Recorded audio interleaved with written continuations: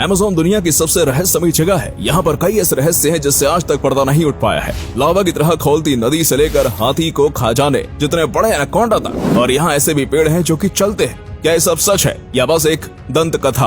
हम आपको यही बताने वाले हैं, तो चलिए 5 मिनट में आपको अमेज़न के जंगल का सैर कराते हैं। बस आप इस जंगल में गुम न हो जाइएगा। Number 6, boiling water. अगर आप कभी अमेज़न जंगल में जाते हैं और आपके सामने कोई नदी दिखती है तो तुरंत उसके पास मत चले जाना या फिर डायरेक्ट उसके अंदर कूद मत जाना, क्योंकि इसके बाद आप पानी के बाहर नहीं बल्कि सीधा इस धरती से बाहर निकलेंगे, यानी कि यमराज के पास। क्योंकि अमेज़न जंगल के अंदर कई ऐसी नदियां हैं जो कि उबलते पानी के साथ बहती है। इसके अंदर पानी का तापमान आमतौर पर 45 डिग्री सेल्सियस जितना होता है और दिन में कई वक्त ये तापमान बढ़कर 110 डिग्री सेल्सियस जितना भी पहुंच जाता है, यानी कि इतना ज्यादा है कि एक बार आप इसके अंदर जाएंगे तो कभी भी बाहर नहीं आ पाएंगे। ये सीधा आपके शरीर को 3rd डिग्री जला देगा। और उसके बाद क्या होगा ये बात तो आप जानते ही हैं। वैसे तो ये पानी इतना ज्यादा गर्म क्यों होता है, इसके बारे में रिसर्च चल रही है। कुछ लोगों का मानना है कि ये बिल्कुल किसी हॉट स्प्रिंग जैसा है, लेकिन किसी भी हॉट स्प्रिंग में इतना ज्यादा गर्म पानी नहीं आता। तो आखिर अमेज़न की नदी में ही इतना ज्यादा गर्म पानी क्यों आता है, ये तो पूरी तरीके से रिसर्च करने के बाद ही पता चलेगा। वैसे कई लोग इस नदी के बाजू में रखे पत्थरों के ऊपर अंडे भी भगा देते हैं। Number 5, green anaconda.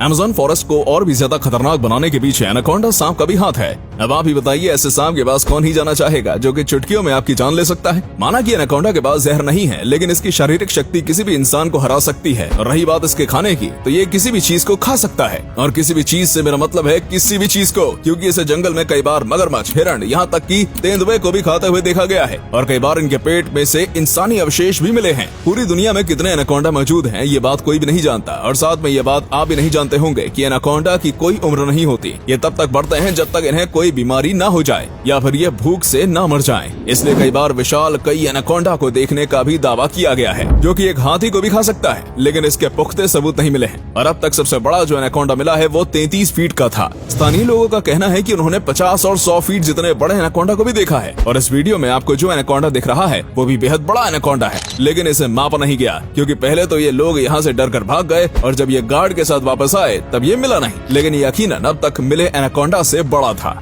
Number 4, strange geoglyphs. अगर आप अमेज़न जंगल को ऊपर से देखेंगे तो आपको कई ऐसी चीजें दिखेंगी जिसे देखने के बाद आपको यकीन नहीं होगा। जैसे कि पूरे अमेज़न जंगल में कई ऐसे अजीबोगरीब पैटर्न्स बने हुए हैं जिन्हें बस ऊपर से ही देखा जा सकता है। इन पैटर्न्स को बनाने के लिए जमीन पर कई प्रकार की लाइनें की गई हैं। यहाँ तक कि कई जगह पर तो अजीबोगरीब शेप्स के पत्थर भी रखे गए हैं। अब इन सब चीजों को क्यों और कैसे बनाया गया था, ये सब आज तक रहस्य बना हुआ है। इसे बनाने के पीछे का सबसे पहला निशाना एलियंस को बनाया जाता है। कहा जाता है कि एलियंस ने ही किसी न किसी वजह से इसको बनाया होगा, क्योंकि दुनिया के कई कोनों में से ऐसी कई चीजें देखने को मिलती हैं, जैसे कि नाज़का लाइन्स जो कि पेरू में है। और कुछ का मानना है कि इस तरीके से एलियंस आपस में बातें किया करते थे। और वैज्ञानिकों ने कहा है कि हो सकता है ये सब चीजें अमेज़न के जंगल में रहने वाले आदिवासियों ने बनाए हों। जैसा कि आज के वक्त में मनोरंजन के लिए कई सारी चीजें मौजूद हैं, लेकिन उस वक्त ऐसा कुछ नहीं हुआ करता था, इसलिए कहा जाता है कि ये सब उन्होंने अपने मनोरंजन के लिए किया होगा। लेकिन वहीं पर आखिर इन्होंने उन चीजों को बनाया कैसे, क्योंकि बिना किसी मॉडर्न टूल के इंसानों के लिए इसे बनाना इम्पॉसिबल है। नंबर 3, पोटू। अच्छा, अभी आपको कोई पक्षी दिख रहा है? शायद नहीं दिख रहा होगा,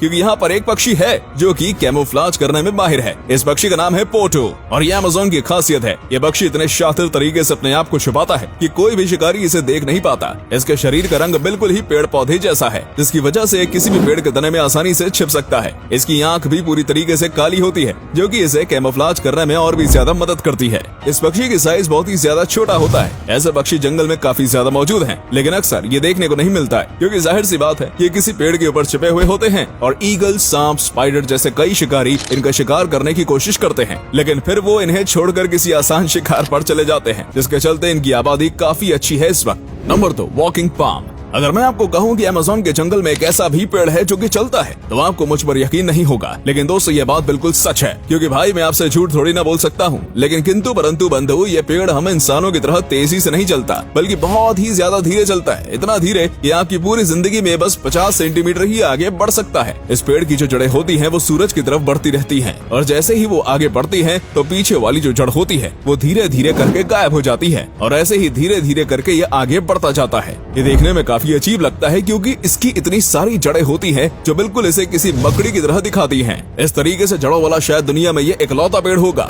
और ये पेड़ चल सकता है वो तो एक अलग ही कहानी है। Number 1, plastic eating fungus. दोस्तों हाल ही में येल यूनिवर्सिटी की एक प्रिया आनंद नाम की लड़की ने अमेज़न के जंगल में से एक ऐसा फंगस ढूंढा है जो कि अब इंसानों की सबसे बड़ी समस्या यानी कि प्लास्टिक को खत्म कर सकता है। जी हाँ, आपने बिल्कुल सही सुना। इस लड़की ने इस फंगस के करीब 60 सैंपल लिए थे और इसके ऊपर वो कई रिसर्च कर रही थी और इसी बीच पता चला कि ये जो फंगस है ये प्लास्टिक को खा सकता है और इसे डाइजेस्ट भी कर सकता है, यानी कि वो पूरी तरीके से प्लास्टिक को नष्ट कर सकता है। साथ ही में ये बहुत ही ज्यादा कम ऑक्सीजन की मात्रा में भी आराम से उग सकते हैं, इसलिए अगर ये पानी के अंदर भी उगाया जाएगा तो फिर ये आराम से पानी के अंदर भी रह पाएंगे और ऐसा करके पानी के अंदर के प्लास्टिक को और जमीन के प्लास्टिक को खत्म किया जा सकता है। लेकिन ये सब आगे की रिसर्च ही बताएगी।